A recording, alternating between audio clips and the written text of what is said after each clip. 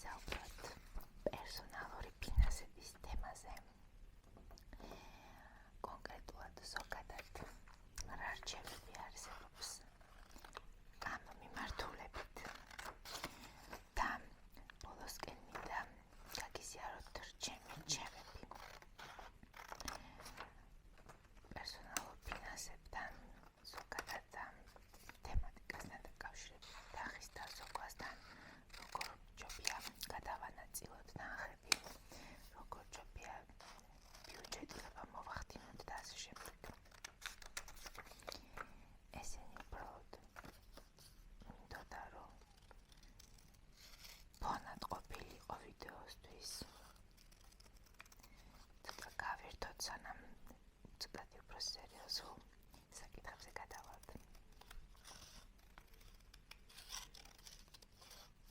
აშკარად ცუდად გამომივიდა, მაგრამ ახლის გაკეთება რომ მეზარება რა გავაკეთო.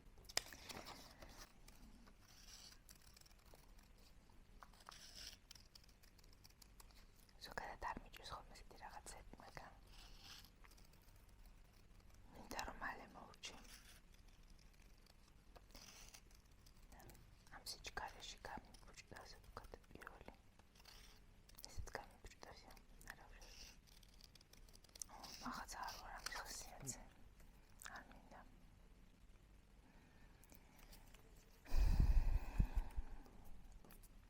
არ იყო კაი იდეა მე ვისამოჭრა მოკლედ. არ მინდა ესე იყოს.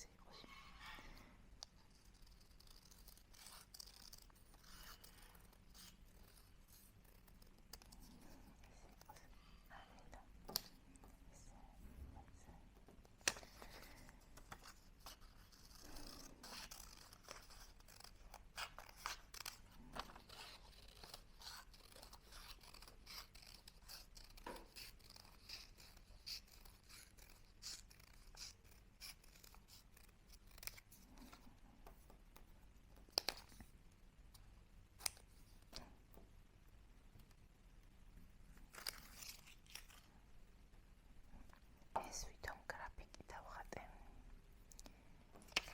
როგორ მიიწევს მაღლა და მაღლა ჩვენი ინვესტიციები.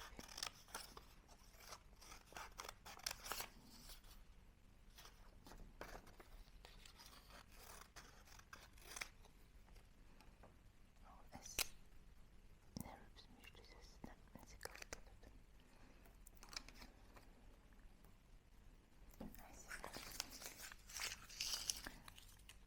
ესეც ნერვებს მიშლის.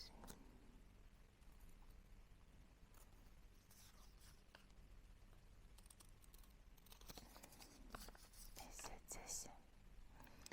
ეხლა დავიწყოთ უკვე თეორია. რა ხდება ჩვენს თავს? როგორც უკვე თქვი, ჯერ ვიტყვი ზოგად ნაწილს კლასიკურ რჩევებს. ასე ძალიან მარტივად რომ ვთქვათ, ამბობენ რომ როდესაც ვაკეთებთ ეს პირველ რიგში შემოსავლები, აუცილებელია რომ ვიცოდეთ ზუსტად რამდენი შემოსავალი გვაქვს. ეს იმ შემთხვევაში რელევანტური, როდესაც არ არის მხოლოდ ერთი წყარო. ან შეიძლება არ გვაქვს ფიქსირებული შემოსავალი. ხანდახან შეიძლება მოკლედ სხვადასხვა შემოსავლებიც იყოს მოჰონორარო ტიპის. მოკლედ შემოსავალზე მე დიდხანს არ გავჩენდები. ეხლა ხარჯებს რაც შეეხება. სტანდარტულად ესე ამბობენ 50-30-20%. რომ 50% უნდა იყოს საჭიროება, შედახარჯული ფული, მოკლედ საჭიროება. 30 უნდა იყოს 30 სურვილები.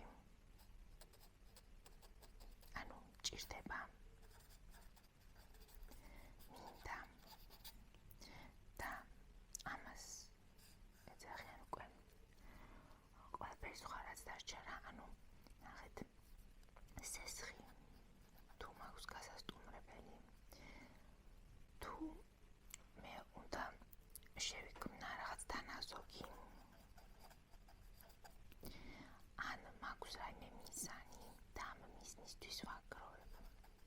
მიზანი შეიძლება იყოს მოგზაურობა, მანქანა, სახლი, რაიმე კურსის გავლა, მაგისტრატურისთვის ფულის მოგროვება, უნივერსიტეტისთვის ფულის მოგროვება, ნებისმიერი რამ, მოკლედ. ახლა ეს არის იდეალურ შემთხვევაში როგორ უნდა გავანაწილოთ. იდეალურიც არა, უბრალოდ კარგ შემთხვევაში. კარგი რატომ? იმიტომ რომ აქ ვამბობთ, რომ ხელფასის 50%, შემოსავლის 50% მიდის საჭიროებებში. მაგრამ მე რა თქმა უნდა მესმის, რომ ჩვენ ქვეყანაში ესეთი რამე ბევრ ოჯახში ვერ ხერხდება, იმიტომ რომ გვაქვს ძალიან დაბალი შემოსავალი და საჭიროებების წილი არის ბევრად მაღალი, შეიძლება 70-80-90% სრულად საჭიროებებზე მიდიოდეს. საჭიროება რა არის? ჭირდება საკვები პროდუქტი. აქ საუბარი არ არის რესტორანში გასვლაზე. რესტორანი უკვე მინდა არის სურვილი. ჭირდება პროდუქტები, რომ მივიკვებო, ჭირდება კომუნალურები, რომ მინიმალური კომფორტი მქონდეს. ჭირდება ასე ვთქვათ, შეიძლება ქირა აქ გადიოდეს თუ ქირი თუ არ, საწვავი თუ მანქანა ან ტრანსპორტი, სადაც დავდივარ მაგის მიხედვით. მოკლედ ჩვენს ქვეყანაში მის გათვალისწინებით, რომ საშუალო სტატისტიკური ხელფასიც ძალიან დაბალია. მესმის, რომ ამის წილი არის ძალიან მაღალი, ამიტომ შეიძლება მინდასთვის საერთოდ არ რჩება ადგილი. მაგრამ დღევანდელი ვიდეო მინდა იყოს საუბარი იმაზე, რომ მესმის ამას ვერ შევეხებით. თუ შემოსავალი არ გაიზარდა, ამას ვერაფერს ვუზავთ. ეს უკვე დარჩენილი არის რამე, რომ დაგვრჩება ის უნდა გავფლანგოთ, ასე ვთქვათ, უკვე დამსახურებულად. შემდეგი აქეთ არის უკვე სხვა და ამაზე მინდა დღეს საუბარი ძირითადად. აქვე ერთ რამეს დავამატებ მინდასთან დაკავშირებით. ძალიან ისეთი კაი მიდგომა არის ჩემი აზრით, რომ პირობითად რაც არ უნდა ცოტა იყოს ხელფასი, რაღაცა თანხა აუცილებლად უნდა იყოს ჩემი მინდასთვის, რომ მე მაგალითად მინდოდეს აი ამ მაკრატლის ყიდვა და არ ვიცი რატომღაც ეს იყოს რამე ძალიან ბრენდული მაკრატელი, რომელიც ზღირს არა 3 ლარი, არამედ 30 ლარი. არანაირად რო არ გამართლდებოდა ამ მაკრატლის ფასი. მე უნდა მქონდეს ბიუჯეტი ჩემი მინდასთვის. მე თუ მაქვს დაუშვათ პირობითად 50 ლარი ამ თვეში, რომ მე რაშიც მინდა იმაში გავფლანგავ ამ ფულს, თუ მინდა კინოში წავალ, თუ მინდა აუზზე წავალ, თუ მინდა რესტორანში წავალ და ასე შემდეგ, თუ მინდა მაისურს ვიყიდი, თუ მინდა კაბას ვიყიდი, ჩანდას ვიყიდი, თუ ბეჭედს ვიყიდი, თუ მაკრატელს. ანუ მე თუ ამ მაკრატელში 50 ლარიც რომ გადავიხადო, ამ ბიუჯეტის მიზანი ის არის, რომ მე ეს გავაკეთო ყოველგვარი, ასე ვთქვათ, წუწუნის და ასე ვთქვათ, სინდისის გენჯნის გარეშე. მე ეს მომენტი ძალიან მომწონს. რაღაცა მინიმალ თუნდაც 2 ლარი უნდა იყოს გადადებული ჩემი კაპრიზისთვის, რომ მე უბრალოდ ეს მინდა და всё. და ეს რომ ვიყიდე, იმიტომ ვიყიდე, რომ მინდოდა და всё. არანაირად არ ჭირდებოდა მე რა რომ ძვირია. მოკლედ ეს ჩემი აზრით ესე არის, რომ მინდაზე რაღაცა თანხა უნდა იყოს გადადებული. შემდეგი, ეხლა რომ ვისაუბროთ ამაზე, აქ მინდა გაგიზიაროთ ერთ-ერთი ამერიკელი, რა ვიცი, მედია პერსონა, ასე ვთქვათ, მე დეივ რემსი და ამ ადამიანს YouTube ჩანელი აქვს, YouTube არხი, მგონი რადიოთი დაიწყო მისი გადაცემა.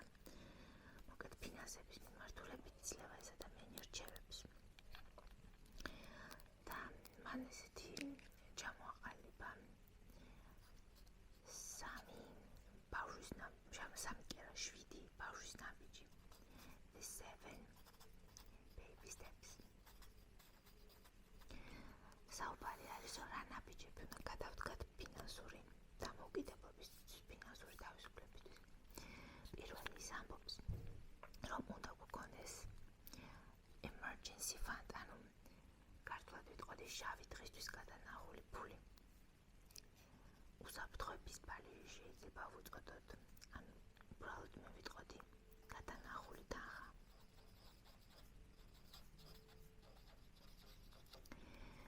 დევიდ რემზი ამბობს, რომ ეს იყოს $1000. ნუ ქართულ რეალობაში მე ვიტყოდი უფრო $1000. ეს არის მართლაც მშავი დღისთვის გადანახული ფული, რაც ძირითადად შეიძლება ვთქვათ, ეს არის, როდესაც საქმე ეხება ჯანმრთელობასა და სიცოცხლეს მოკლედ. ანუ ვიღაცას თუ დაბადების დღე გამოხდა და მე საჩუქარი მაქვს აღიდელი, ამ თანხას არ უნდა შევეღოთ. ამას და მოკლედ ამბობს, რომ პირველი ნაბიჯი ეს არის, რომ ამ $1000 მოგროვება. მე რაც არ უნდა ცოტა მქონდეს ხელფასი, თუნდაც $10, $20, $30, რამენერად პირველი მიზანი უნდა იყოს, რომ ეს შეგროვდეს, სანამ ამას არ შევაგროვებთ, სხვა ნაბიჯებს გადავდივართ. ეს არის პრიორიტეტი. მეორე არის სესხების გადახდა. იმიტომ რომ რეალურად ეს არის ძირითადად შემთხვევებში პროცენტით ეს არის ის, რაც გვახარიბებს, ასე ამბობს დევიდ რემზი. და აგრეთვე არ შედის იპოთეკა, იმიტომ რომ თუ გვაქვს მოკლედ ფინის სესხი, ეს იმდენად დიდი თანხა, რომ ეს და იმდენად გრძელვადიანი, იმიტომ რომ იწება მოკლედ რამდენიმე წელიწადიც იყოს. მოკლედ გარდასახლისა დავაწყოთ. ანუ გიგანტ სესხს არ ვეხებით. ეხლა აქ ზოგადად არის ორი მიდგომა. ინგლისურად ვიტყვი, ეს არის avalanche მეთოდი, მოდი მე ვიტყოდი ზვავი. და snowball მეთოდი გუნდა, მოკლედ. რომ რა პრიორიტეტით გადავიხადოთ სესხები, თუ სესხები ბევრი გვაქვს. რა თქმა უნდა, მთელი მუღამი ის არის, რომ ამ სესხებს რომ გადავიხდით და განვადებებით სესხი არ დაგავწყვდეთ. აღარ უნდა მოვხვდეთ ამ მახეში, აღარ გავებად და კიდევ რაიმე განვადებები არ უნდა ავიღოთ. სწორი არის, რომ მოვაგროვოთ და სხვა არ ვამდიდროთ პროცენტით. რა თქმა უნდა, თუ რაღაცა ძალიან აუცილებელი საჭიროება არ არის ამ განვადების, აი ახალი iPhone-ი რო გინდა ბოლო მოდელი, ეგ საჭიროება არ არის. პირადად მე რომ არ თქვათ, რომ რატომ გვასწავლით ჭკუას ესეთ რამეს თვითონაც ალბათ ესე არის, არა. ჩემ ოჯახს პირადად განვადებით არასდროს უსარგებლია. და რა ვიცი, ან ჩემთვის იმდენად ნორმა არის ეს, რომ სულ მიყვეს სხვებისგან რო ვიცი, რომ ხელში განვადებიანი ტელეფონი უჭირავს ან ლეპტოპი უჭირავს. ჩემთვის ცოტათი უცნაურია. მე ვიცი, რომ თუ მინდა ტელეფონი უნდა მოვაგროვო, სანამ არ მოვაგროვებ, ესე იგი იმას მე ჯერ არ ვიმსახურებ. იმას აღარ ვამბობ, რომ განვადებით იღებ და ფულს იხდი და სიამდვილეში ამ ტელეფონის ღირებულებაც კლებობს და შენ ისე იხდი და პროცენტსაც იხდი. მოკლედ ყველანაირად გაუმართლებელია ასეთი ხარჯი. მაქსიმალურად უნდა მოვაცილოთ.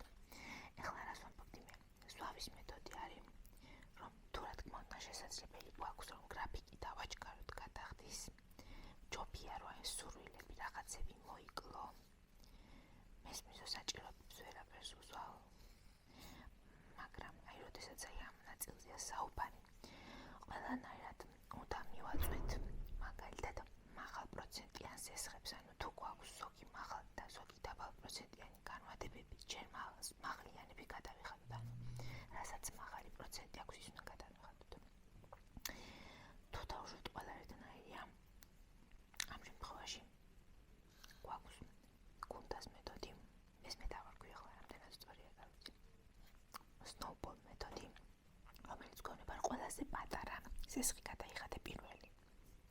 თუ გაქვს 200 ლარიანი, 1000-იანი და 2000-იანი, ჯერ მიაწეკი 1000-იანს, ანუ კი ყველას აქვს თავისი მინიმალური თვიური გადასახადი, მაგრამ იმაზე მეტი გადაიხადე და თუ 4 თვეში უნდა მოგეცილებინა, რამე 3 თვეში მოიცილე და აჩქარე ყველანაირად სესხის გადახდა ეს ცესხი არის შემდეგი პრიორიტეტი, როგორც კი 1000 ლარი მოგროვდება, ცესხებს ვიშორებთ. შემდეგი, როდესაც ცესხის გარეშე ვართ დაბჭენილები, გარდა სახლისა, ეს უკვე ძალიან კაი მომენტია. მერე გვაქვს შემდეგი მომენტი, რაც ასევე ძალიან მნიშვნელოვანია. 3-6 თვის ხარჯის თანხა. ესე დავარქვათ რა. ასე საუბარი. ყველაფერი შეიძლება მოხდეს პანდემიამაც ეს გვიჩვენა, რომ ადამიანმა შეიძლება დაკარგოს სამსახური. კომპანია გაუქმდეს თუ გამოაგდონ თუ ის ინდუსტრია საერთოდ გაუქმდეს, პროფესია გაუქმდეს. ან ელემენტარულად შეიძლება ჯანმრთელობის ისეთი პრობლემა შეიქმნას, რომ რაღაც პერიოდი ადამიანმა ვერ შეძლოს მუშაობა. ამიტომ არის აუცილებელია მინიმუმ 3 თვის, 3-6 თვის არის რეკომენდაცია. სტანდარტულად თვის ხარჯი რაც გაქვს, ის გქონდეს დასოკილი, ანუ შენ რო უცბად აღმოჩნდებ სამსახურის გარეშე, შენ ხო მაინც გაქვს ეს საჭიროებები. აქ არის უკვე საჭიროებების ნაწილზე ნახეთ. მე ხომ მჭირდება კომუნალური, მე ხომ მჭირდება საჭმელი. შეიძლება ტრანსპორტი აღარ მჭირდება, მაგრამ ხომ მჭირდება რომ ის სესხი თუ არ არის დიაში ნახეთ. სესხი აქ უკვე გადახდილი უნდა იყოს. ამიტომ სესხის პროცენტი აღარ უნდა მოწმობდეს აქ. ამიტომ პრაქტიკულად ესეც არ არის მოსაგდებია, მაგრამ ხომ მაგდავშოთ ქირა. სახრიდან ხო არ მინდა რომ უსახლკარო და დავჭი. რაც არის ჩემი თვიური ხარჯი. რასაც ვერსად რო ვერ ავალთ. რაღაცებზე შეიძლება დაზოგო და კი მაგალითად ვიცი დოშირაკებზე გაანაკრძო ცხოვრება ცოტა ხანი, მაგრამ მოკლედ მინიმალური თვის ხარჯი უნდა ეს აუცილებლად დავითვალოთ. და შემდეგი ეტაპი, როდესაც უკვე ესენი გავაკეთეთ, ეტაპი არის, რომ ეს უნდა მოვაგროვოთ. მოგროვებაც როგორ რაღაცებზე უარის თქმით, ან დამატებითი შემოსავლის ძიებით. ცოტა მარტივი სათქმელია მესმის, მაგრამ რამე მსგავსით მოკლედ.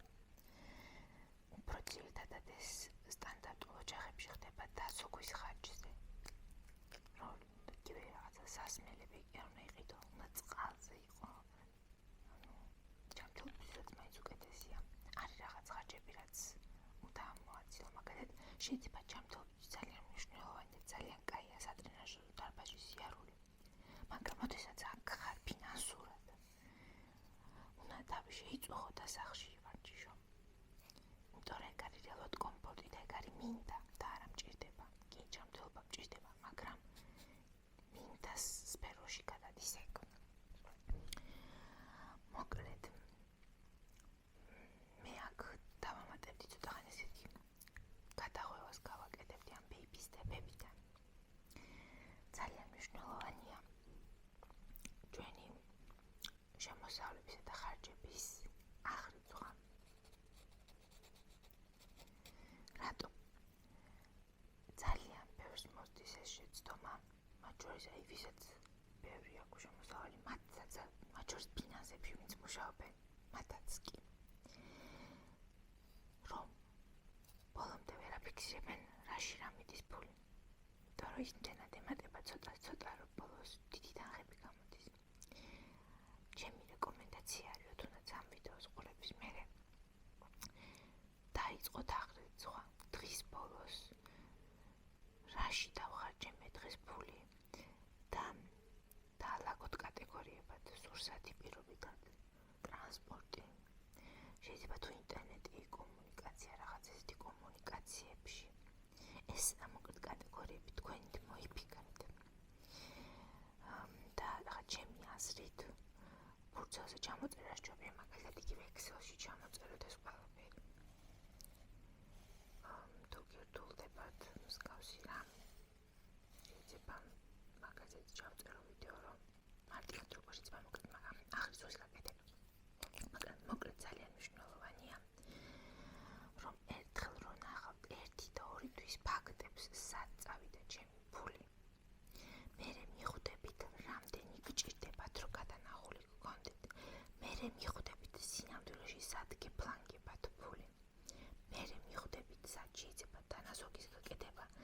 შეიძლება სად აკლებთ და უფრო მეტს უნდა ხარჯავდეთ. ერთი რაც შემიძლია ვთქვა, რომ აღრიცხვას ამარტივებს, თუ თქვენი ხარჯების უმეტესობა არის ფარადით გაკეთებული. იმიტომ რომ ამ შემთხვევაში ბანკიდან ამ მონაწილეს ამოიღებთ და უბრალოდ კატეგორიებს მიანიჭებთ და უფრო მარტივად დაითვლება მოკლედ.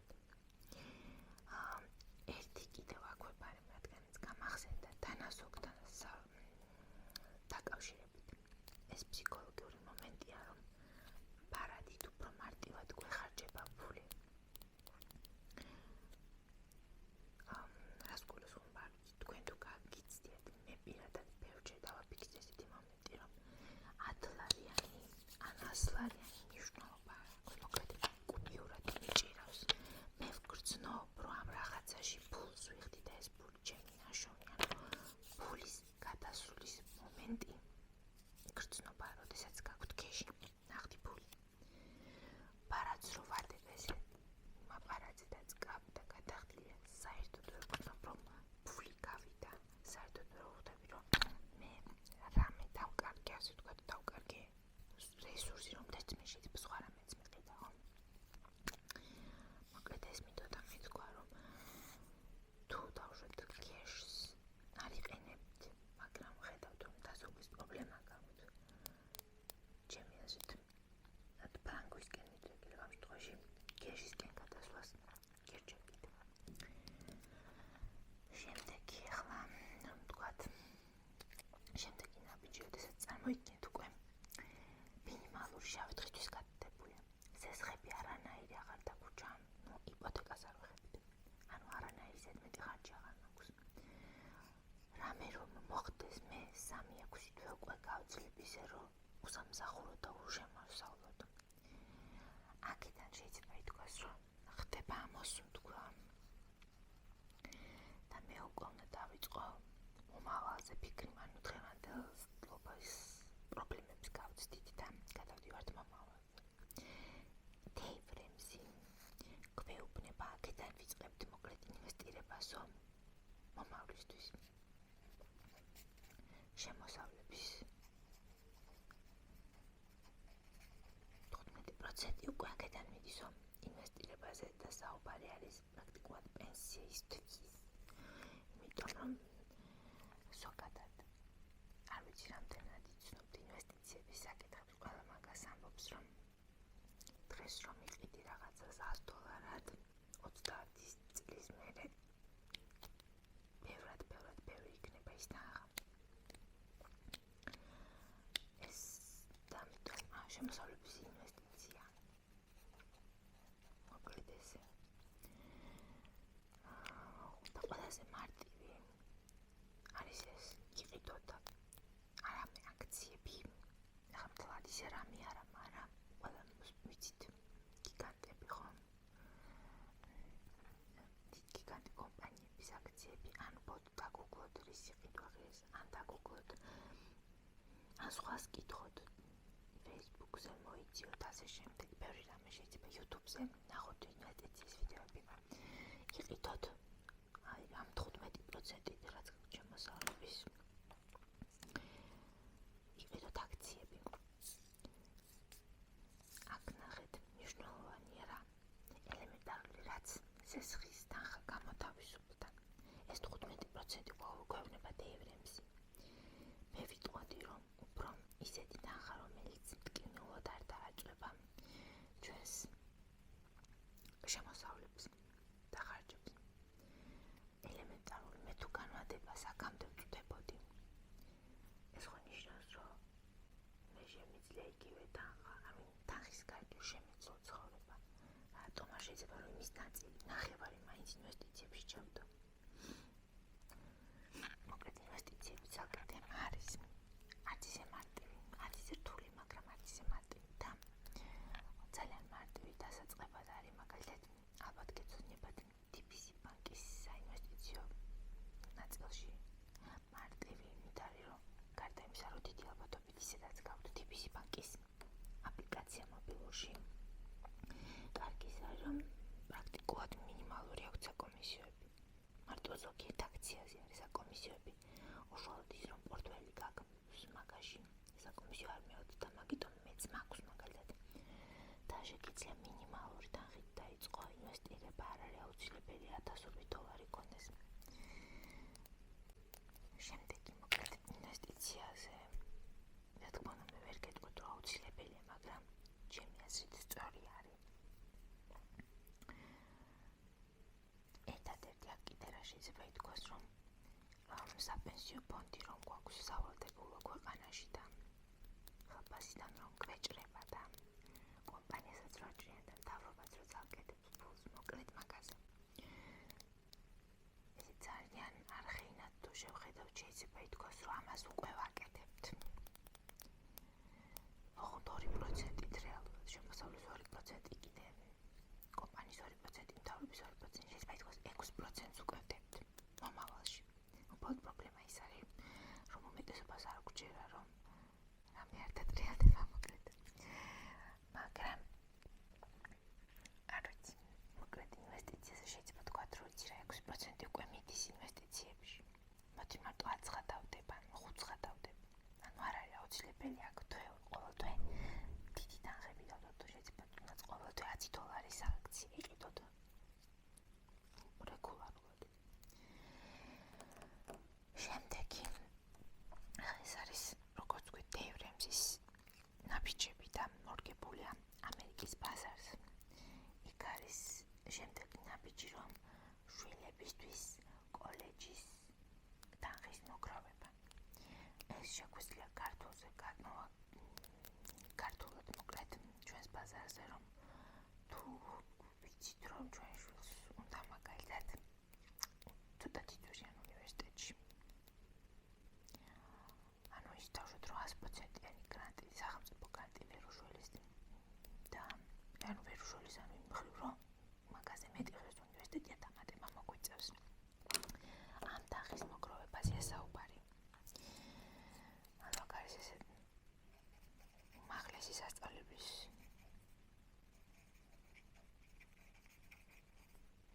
თანხა მოსაგროვება შვილისთვის, ანუ აქ ჩვენ მომავალზე საუბრობთ. აქ უკვე შვილის განათლებაზე და მომავალზე. შემდეგი მოკლედ ან შეიძლება აქ თუნდაც თუ ფიქრობთ რომ მაგისტრატურა უნდა, ან შეიძლება უცხოეთში გინდათ რომ ისწავლოს და გინდათ რომ მოგავლოთ ფული, ან შეიძლება ასევე ეს იყოს საუბარი იმაზე, რომ საქართველოში აბიტურიენტების მომზადება ჯდება. აი მაგ თანხის მოგროვებაზე იყოს საუბარი. შემდეგი ეს არის უკვე იპოთეკაზე საუბარი. აქ რომ ვარყვავით, აი აქ უნდა მივაწვეთ ახლა რასაც ქვია, რომ თუ გვაქვს პირობითად არ ვიცი მე იპოთეკა არც მგონია მე.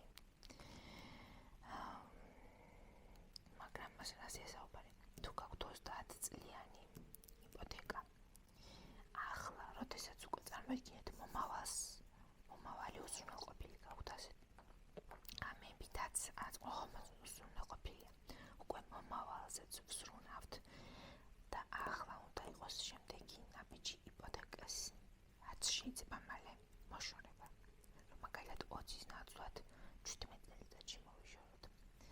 მესმის რომ საქართველოს პირობებში შეიძლება ზოგმა სუაგი ტრიალოს. ეს არის საუბარი და თქვათ რომ იპოთეკამი არ მაქვს, არ მექნება და ასე შემდეგ. ეს არის უბრალოდ ნაბიჯები, რომ აქ რომ მოხვალ უნდა უკვე ისრუნო იმაზე, რომ რამენაირად ამ ნაბიჯზე გადახვიდე. მოკლედ იპოთეკა არის პრიორიტეტი და როდესაც მოვა ის კარგი და ლამაზი დღე, როდესაც ეს ყველაფერი შესრულდება, იპოთეკაც უკვე გასტუმრებული იქნება და უკვე ნახეთ. თანხა დასოგილი მაქვს, ხარჯები ზედმეტი არ მაქვს. მომავლის ინვესტიციას ვდებ შვილის მომავლის ინვესტიცია მაქვს, იპოთეკა ნიშნავს რომ სახლი მაქვს. ეს სახლი არის თავის მხრივ ქონება, რომელიც მე შვილს გადაეცემა.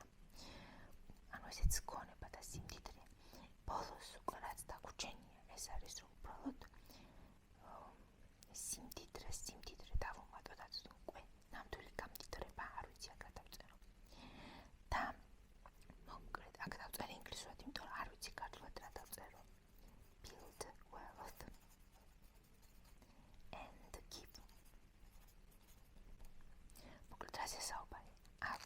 ასე გვაქვს, რომ ინვესტიციები შეიძლება გავზარდოთ კიდევაც პროცენტულად, ან სხვა ინვესტიციები ნახოთ, ან შეიძლება აქ დავაგროვოთ და მე რაღაცა ბიზნესი გავხსნათ საქართველოში. ესეთი რაღაც, მოკლედ აქ არის უკვე დრო, რომ გავმდიდრდეთ, შეიძლება მინდას პროცენტი გავზარდოთ, უკვე კარგად ვიცხოვროთ, იმ მოგზაურობაზე წავიდეთ, რომელზეც დიდი ხანი ავოცნებობ, ასე შემდეგ და ასე შემდეგ და რა არის გივ. ეს ნიშნავს, რომ დავეხმაროთ სხვებს. მოკლედ, ასე თუ ისე ქველმოქმედება იგულისხმება, რომ მე რო უკვე აქ ვარ, დრო არის, რომ მეც ვიყო მდიდარი და სხვებსაც დავეხმარო. ეხლა აქედან უკვე მინდა, ეს იყო, როგორც უკვე თუ დეივ რემზის 7 ნაბიჯი. და ეხლა მე მინდა, რომ ჩემი რაღაც იდეებიც გაგიზიაროთ. პირველ რიგში აი ამ გივზე.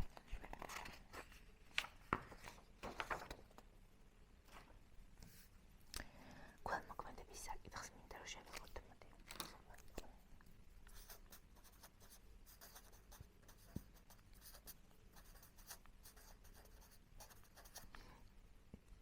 ესეთი საკითხია. აქ ახლა გაგიზიარებთ ჩემ აზრს. ზოგადადაც ამბობენ, მაგრამ ჩემ აზრსაც დავამატებ. ამბობენ, რომ აი შემოსავლის აი ეს ნაწილი უნდა წავიდეს ქველმოქმედებაში.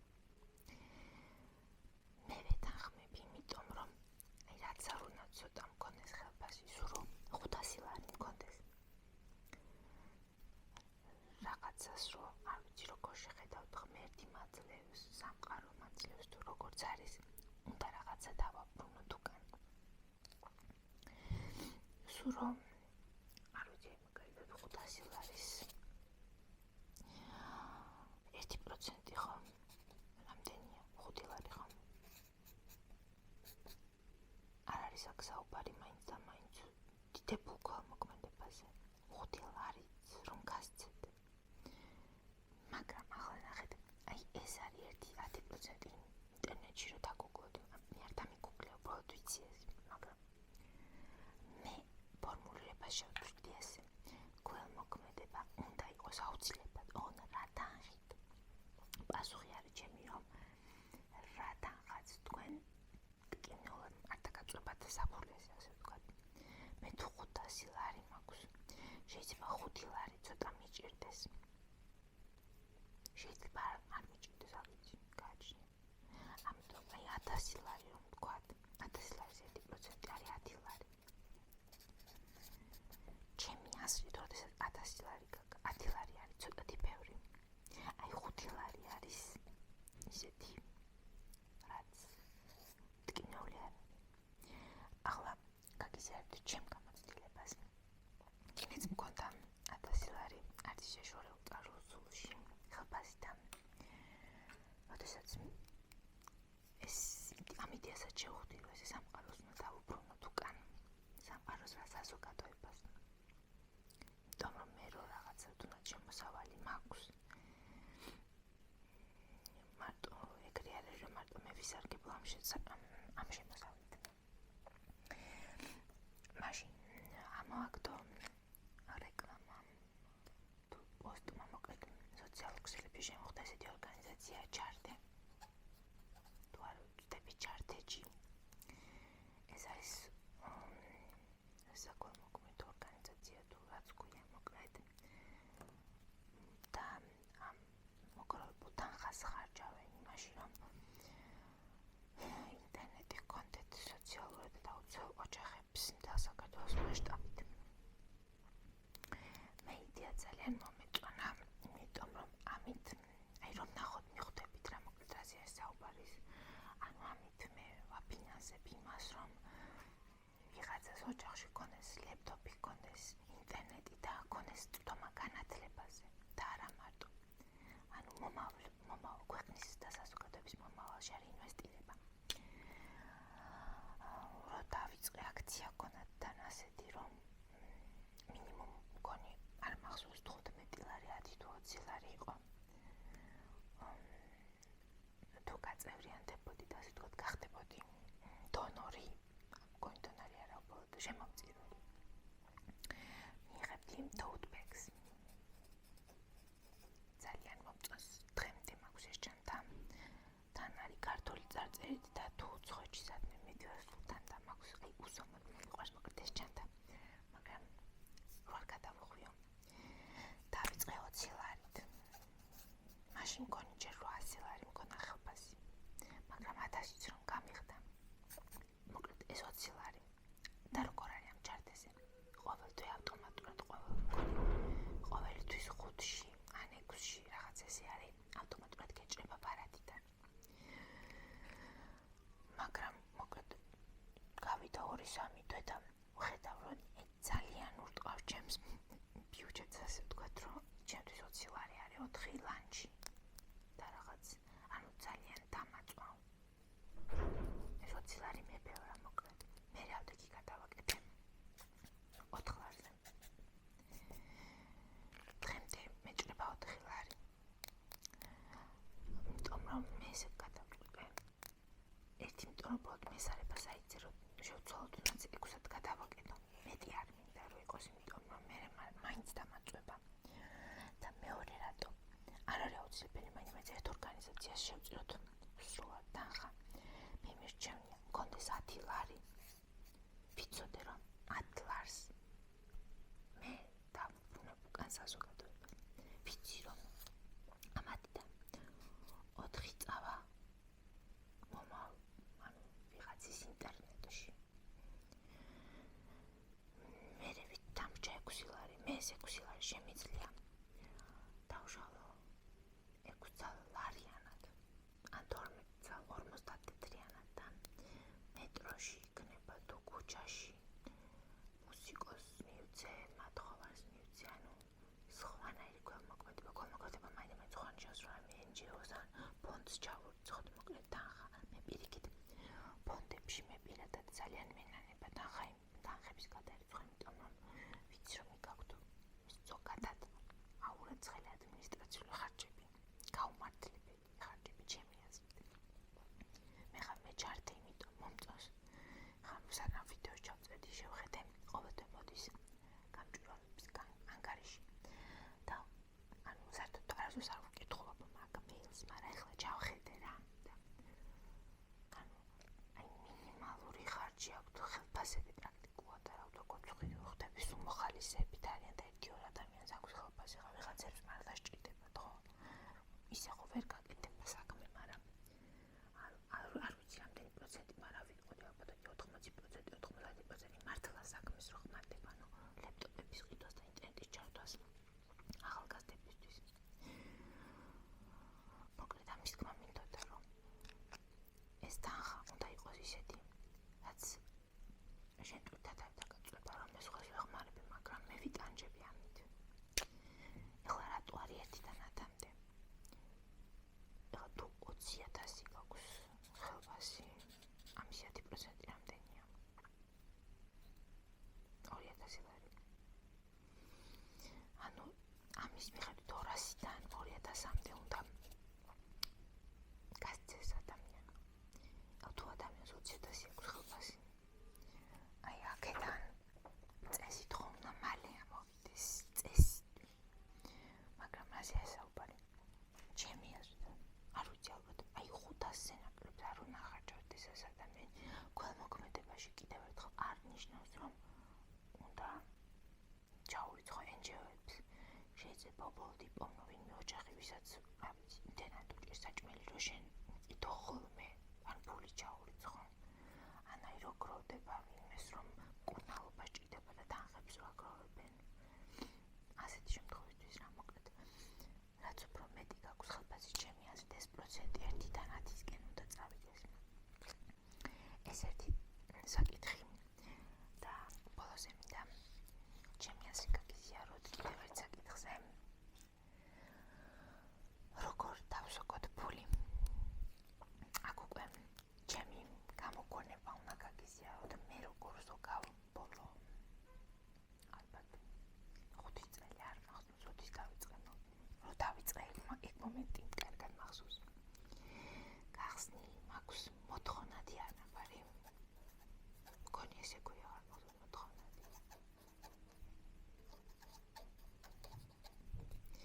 ერთ-ერთ ბანკში.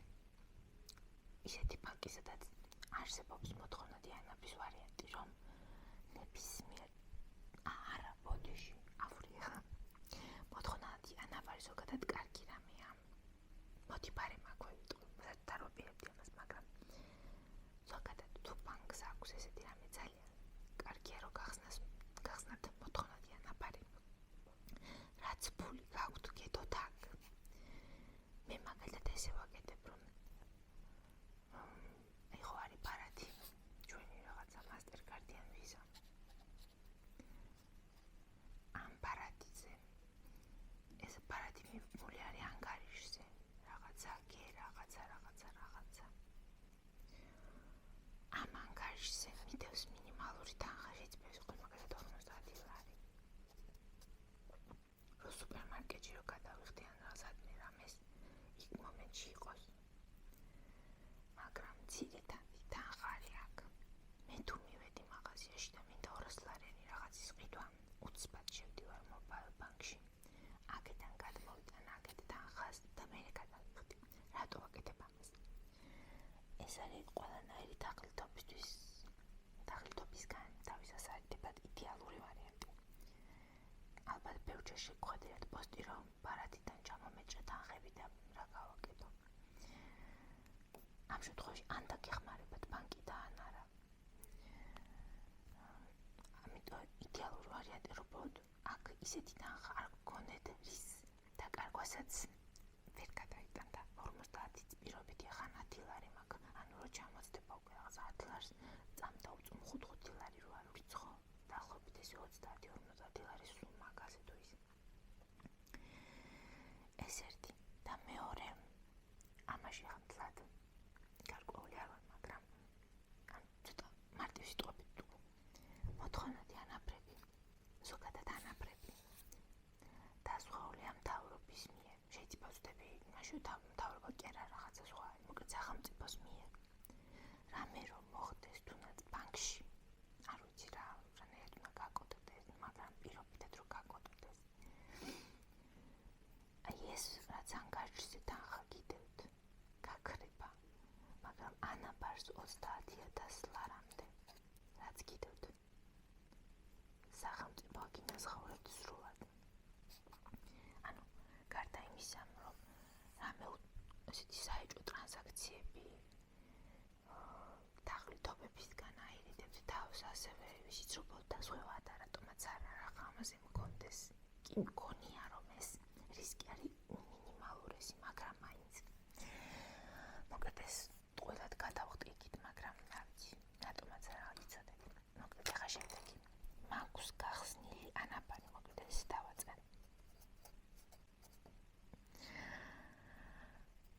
მე მაქვს საშუალოდ 3 თვიანი ხოლმე გახსნილი, მოკლედ რაზე ახლა საუბარი აქეთ. ანაბარს მე ვეძახი დასოგილი თანხა.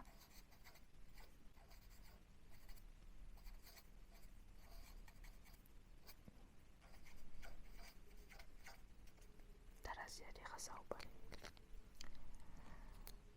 ისტორიას გეტყვით, როგორ დავიწყე. ერთ-ერთი სასტუმროს gift shop-ში, ანუ სუვენირების მაღაზიაში მომეწონა ჰუდი. როგორც ვიტყვი, ეს იყო დაახლოებით ალბათ 5 წლის წინ და ალბათ ღირდა ესე 50-დან 80 ლარამდე. მოკლედ ჩემთვის ძვირი იყო. თან ეს იყო ჰუდი, რომელიც იყო თავიანთი სასტუმროს ბრენდირებით, ანუ ისეთი, რომელსაც ალბათ იმ სასტუმროს გარეთ სხვა ქალაქში არსად არ ჩავიცმევდი, ალბათ შეიძლება ჩამეცვა. მაგრამ ანუ იმ მომენტში, რომ ძალიან მინდოდა რომ ეყიდა. და მოკლედ ესე ვუთხარი ჩემს თავს, რომ მე რო დავშოთ ეს ორხარ მაქვს 60 ლარი ვთქვათ პირობითად. მაქვს ხო ეს 60 ლარი და მინდა ყიდვა. მოდი, აი ახლა მე რო გადამეხადა, მე ეს 60 ლარი ხო აღარ მექნებოდა. მოდი და ვითომ ვიყიდე. ანუ მე ამ 60 ლარს ჩემი საფულიდან გავაკრობ. თუ მე კერს ვიყენებ, უბრალოდ ამ 60 ლარს ამოვიღებ და სხვაგან ჩავდებ, რომელსაც აღარ შევიღებ.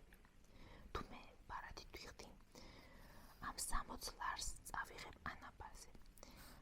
უფრო იმიტომ ამბობ, რომ იყოს მოდი სამთვიანი მაინც, რომ ვიცოდი, რომ უკან ცოტა ხანი მაინც ვერ გადმოვიღებ. რაც ხარ რა თქმა უნდა, რაც დიდხნიანი მით უკეთესი იმ მხრივ, რომ უფრო დიდხანს არ წამიცდება ხელი პლუს უფრო მეტი პროცენტი დაეცხება. თუმცა კი მაინც სასაცილო პროცენტებზე აქ საუბარი. ახლა აქ რაზეა საუბარი უფრო? მე ისეთი ნივთი, ანუ რომ მეყიდა ეს 60 ლარი არ მექნებოდა და იმ ნივთითაც მე ისეთი სარგებელი არ მექნებოდა. ანუ იმ ნივთის გარეშე და იმ ნივთით ერთნაირად ვარ რეალურად. ახლა დღეს რო ის ნივთი არ მაქვს საერთოდ არაფერს წარმოადგენს და დღეს რო ის ნივთი მქონდეს მაინც იგივე ვიქნებოდი მე დღეს. ანუ ბოლოს ერთი რაღაცაზე მეტი ეკდებოდა. ეს იყო პირველი ნივთი, რაზეც ესე გავაკეთე. მეორე როგორც მახსოვს, მეორე ნივთი იყო წიგნი. და რას გულისხმობ ახლა აქ? მე მაქვს წიგნების აკვიატება ძალიან მიყვარს. წიგნების კითხვა კი არა, ყიდვა. ანუ ვყიდულობ უამრავს განსაკუთრებით წიგნების ფესტივალებზე და მე იმდენი მიკროდება, რომ ვერ ვკითხულობ. ხო და ერთხელაც შევდივარ ბიბლიაში, რაღაც წიგნი არის, მინდა რამისა უკვე ხელი წამიცდეს და ავიღო. პირობითად არის 12 ლარი ხიდა და გადავწყვიტე, რომ იგივე გამეკეთებინა. იმიტომ მე რო ახლა ეს წიგნი ვიყიდო, მე ამას სახლში მივიტან, მედება შეიძლება რამდენიმე წელი მეთოს, სანამ მე ამ წიგნამდე მივალ, იმიტომ რომ რაღაცა ისეთი სურვილი არ მაქვს, რომ ახლა რომ მივალ, ეხლავე დავიწყო. არც საჭიროება მაქვს და არც სურვილი, იმიტომ რომ ეს სხვა უფრო მაინტერესებს. მოკლედ ამოვედი მაღაზიიდან, ისე რომ არაფერი ვიყიდე, 12 ლარი გადავიტანე ანაბარზე. იმის თქმა მინდა, რომ რაც არ უნდა სასაცილო თანხებად მოგეჩვენოთ ესენი. მერე დაგროვდება, იმიტომ რომ სინამდვილეში ძალიან ბევრი უსარგებლო რამისკენ გაგვირბის თვალი და ხელიც. თუ ხვდებით, რომ ეს ნივთი იმდენ ღირებულებას არ ქმნის და მოკლედ მითი ამიმიხოდით, რასაც ვამბობ, ანუ ამ ნივთის გარეშე ვარ, ვიქნები თუ ნივთიანად ერთნაირი სიტუაცია მექნება მე შინაგანადაც და ისედაც ფიზიკურადაც და არაფიზიკურადაც. მოკლედ და მე იმდენი თანხა მქონდა, რომ კინაღამ ვიყიდე. ესე იგი მე ეს თანხა ვითომ ვიყიდე და ახლა რა მაქვს, всё, გავაკროთ ეს თანხა საფონდან და პარადიდან. და მინდა ვთქვა, რომ ეს დაწოგილი თანხით, თუნდაც იმ 3 თვეში, 6 თვეში, ზედმეტი თუნდაც 100 ლარი რომ მოგროვდეს. ანუ ვინმე მასილარი რომ გაჩუქოთ, ხო გაგიხარდება. ჩათვალეთ, ეს არის უბრალოდ ნაჩუქარი ფული ვიღაცამ გაჩუქათ. იმიტომ რომ შენ მაინც იყიდით იმ წიგნს და მაინც გედებოდა. შენ ეს 12 ლარი ახლა რა გაქვს, შენ იყიდე ის წიგნი, ბოლოდ გიდევს და შენ იმას არ აიღებ. ვითომ გიდევს სახლში და მაინც არ აიღებდი. ეს არის სუფთად ნაჩუქარი ფული, ეს არის ჩემი მოგონილი, არ ვიცი სადმე თუ შეიძლება რამე აქვია ან რამე. მოკლედ მინდოდა რომ პრაქტიკულად მთელი ვიდეო ჩაწერე ამისთვის, რომ ეს გამიზიარებინა, იმიტომ რომ ძალიან მომწონს ეს მეთოდი და სხვებსაც ვუთხარი ერთი-ორ ნაცნობს და ძალიან მოეწონა, დიდია. რამდენად აკეთებენ არ ვიცი, მაგრამ მინიმუმის მაინც ვგენი რომ გავუზიარებ. მოკლედ ასეთი ამბავია. მინდოდა მეთქვამ, რომ ჩემი ეს თუნდაც ის ნაბიჯები რაც გავიარეთ, როდესაც შემოსავლები ცოტა არის, რთული არის მაგის გაკეთება, მაგრამ აი დასოგვა, ჩემი აზრით, როდესაც შემოსავლები ცოტა არის, უნდა აქცენტი გაკეთდეს დასოგვაზე და ყველანაირი ნებისმიერი ზედმეტი ხარჯი მოშორებაზე და აი დასოგვის ერთ-ერთი მეთოდი ჩემი აზრით ეს ძალიან კაია. მგონი ასე თუ ისე ყველაფერი ვთქვი, ეს თქმაც მინდოდა და შესაძლებელი რაღაცებიც, რაც გზადაგზე გამახსენდა და გამიზიარეთ, რამდენად საინტერესო იყო ეს ვიდეო და